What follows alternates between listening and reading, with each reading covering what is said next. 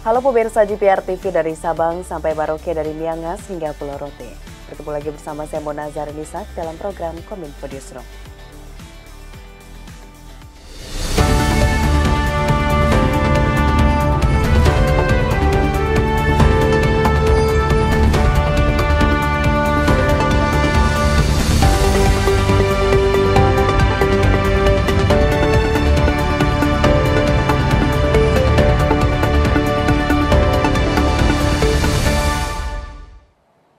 Pemirsa, kita ke informasi pertama. Kapolri Jenderal Polisi Listio Sigit Prabowo memprediksi jumlah pemudik Lebaran 2024 mengalami kenaikan sebesar 56% dari tahun sebelumnya.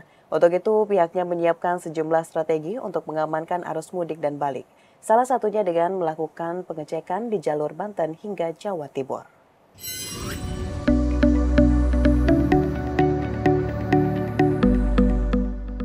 Mudik menjadi tradisi rutin sebagian masyarakat Indonesia saat Hari Raya Idul Fitri. Dalam mudik Lebaran tahun ini, pemerintah memprediksi terjadi peningkatan pemudik sebesar 56% atau sebanyak 193 juta orang. Untuk itu, Kepolisian Republik Indonesia menyiapkan berbagai strategi untuk mewujudkan keamanan serta kenyamanan masyarakat saat mudik Lebaran 2024. Salah satunya dengan melakukan pengecekan di jalur Banten hingga Jawa Timur. Kapolri Jenderal Listio Sigit Prabowo mengatakan pengecekan tersebut untuk mengetahui jalur mudik yang terjadi kerusakan dan rawan kecelakaan lalu lintas. Langkah-langkah tersebut menjadi sangat penting mengingat terjadi penurunan angka kecelakaan saat mudik tahun 2023 dibanding mudik 2022. Selain itu, Polri juga menyiapkan sebanyak 5.784 pos pengamanan, pos pelayanan, dan pos terpadu untuk mengamankan arus mudik dan arus balik Lebaran 2024. Ada sebanyak 155.165 personil gabungan yang disebar di sejumlah pos tersebut. Sebelumnya didahului dengan survei, khususnya di jalur yang dimulai dari Banten sampai dengan Jawa Timur untuk mengetahui titik-titik mana yang harus diperbaiki, mulai dari jalur-jalur yang terjadi kerusakan maupun jalur-jalur yang perlu ditambah dengan tanda-tanda ataupun marka jalan, termasuk juga wilayah-wilayah yang selama ini menjadi rawan laka. Pemerintah memastikan stok pangan dan BBM aman jelang Lebaran Idul Fitri 1445 Hijriah. Oleh karena itu, Mendak hingga Dirut Pertamina meminta agar masyarakat tidak perlu membeli secara berlebihan.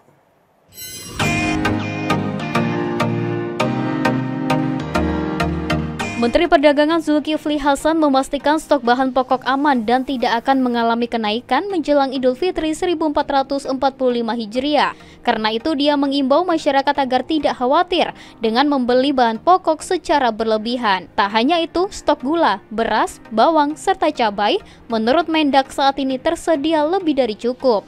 Dan apabila nantinya pada saat Lebaran terjadi kenaikan harga bahan pokok, Mendak telah meminta kepada pemerintah daerah menggunakan dana tak terduga untuk dialokasikan menjadi subsidi pendistribusian bahan pokok.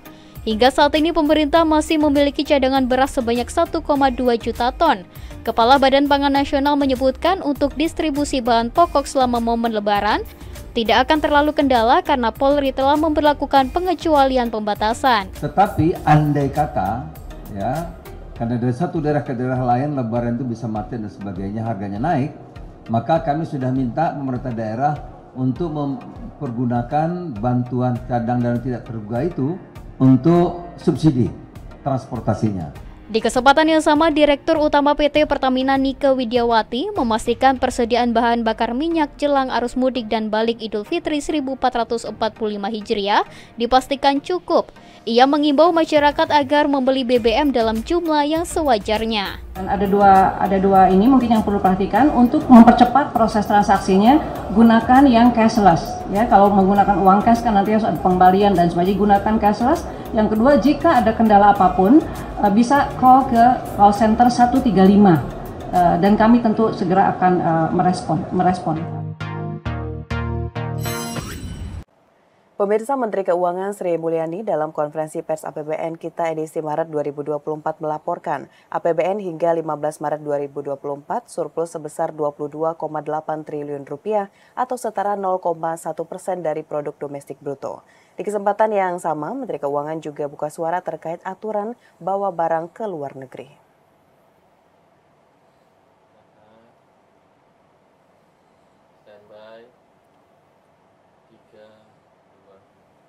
Direktorat Jenderal Pajak Kementerian Keuangan menyebut jumlah nomor induk kependudukan yang telah dipadankan dengan nomor pokok wajib pajak mencapai 67,36 juta dari total 73,48 juta wajib pajak orang pribadi dalam negeri.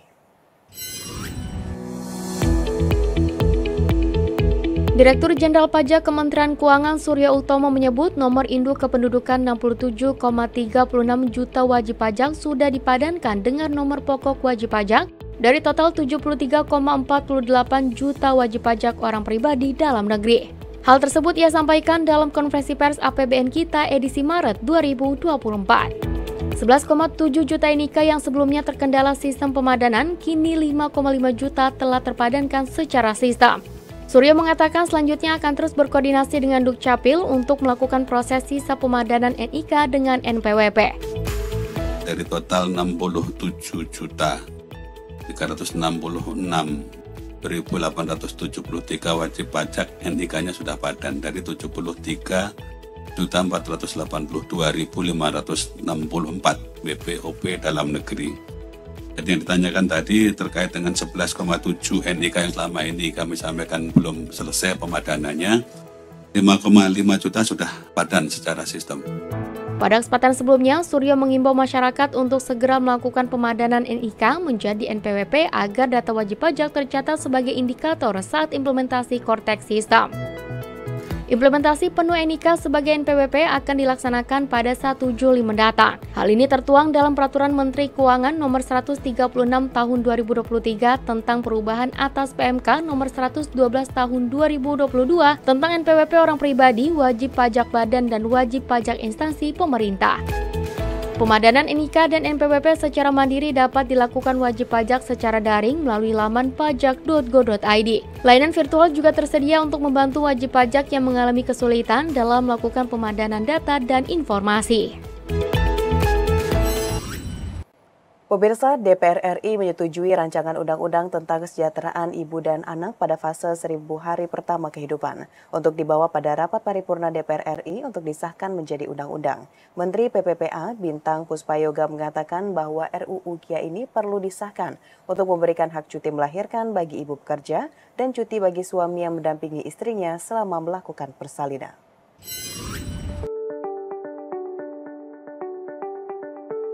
Menteri Pemberdayaan Perempuan dan Perlindungan Anak Bintang Puspayoga dalam rapat kerja gabungan pengambilan keputusan RUU KIA mengatakan bahwa rancangan undang-undang tentang kesejahteraan ibu dan anak pada fase 1000 hari pertama kehidupan mengatur tentang cuti melahirkan bagi ibu pekerja dan cuti ayah. Rumusan cuti bagi ibu pekerja yang melakukan persalinan adalah paling singkat 3 bulan pertama dan paling lama 3 bulan berikutnya dengan kondisi khusus yang dibuktikan melalui surat keterangan dokter.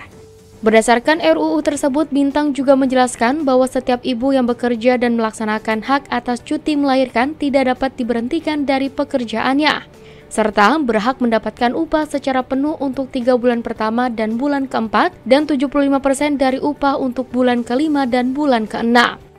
Sementara itu, untuk cuti bagi suami yang mendampingi istrinya melakukan persalinan adalah berhak mendapatkan cuti selama 2 hari dan dapat diberikan paling lama 3 hari berikutnya atau sesuai dengan kesepakatan.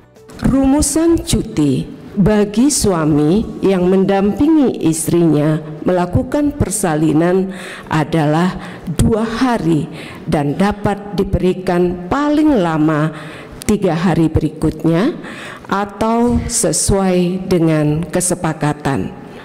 Sedangkan bagi suami yang mendampingi istrinya yang keguguran berhak mendapatkan cuti selama 2 hari. Selain itu, RUU KIA juga melakukan penajaman substansi dengan tidak hanya memberikan perhatian pada hak ibu yang bekerja dan ibu penyandang disabilitas, tetapi juga ibu dengan kerentanan khusus. Mulai dari ibu dalam situasi bencana, ibu dalam situasi konflik, hingga ibu yang tinggal di daerah tertinggal, terdepan, terluar, dan atau ibu dengan gangguan jiwa. Pemirsa, usai jeda pariwara, kami akan kembali dengan informasi lainnya. Tetaplah bersama Kominfo Newsroom.